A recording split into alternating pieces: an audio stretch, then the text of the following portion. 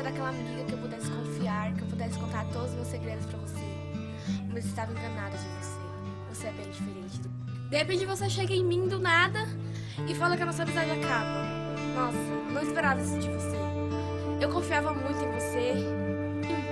A nossa amizade era verdadeira. Eu lembro dos nossos momentos felizes, dos nossos momentos tristes, da nossa briga. Mas não precisava disso.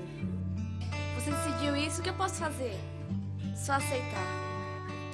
É fato que eu ainda confio em você, de tudo que você fez comigo. Eu queria te falar que eu te amo muito. Muito além de tudo que você me fez, eu ainda te amo muito. Você sabe o quanto da nossa amizade é verdadeira? Gá, eu fiquei muito decepcionada com você, porque você sabe tudo que a gente passou. Aí eu cheguei em mim e fala, a nossa amizade acabou, do nada. Para. A gente era melhores amigas, a gente contava todos os segredos de uma pra outra.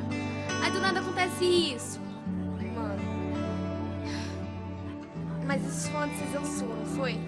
Eu só tenho a respeitar ela.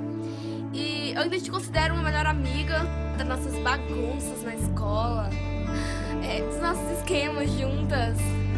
E saber que isso acabou. Não vai mais acontecer. Véi, isso dói pra caramba. Dos nossos rolês juntas, de tudo que a gente fez juntas, acabar. Só ficar pela memória. Dói. Você decidiu. Fazer o quê, né? A decisão foi sua, a vida vai dizer. A vida vai dizer, o mundo gira. Só quero dizer que te amo muito. Se sua melhor amiga te abandonou, você sim sabe o que eu tô sentindo agora.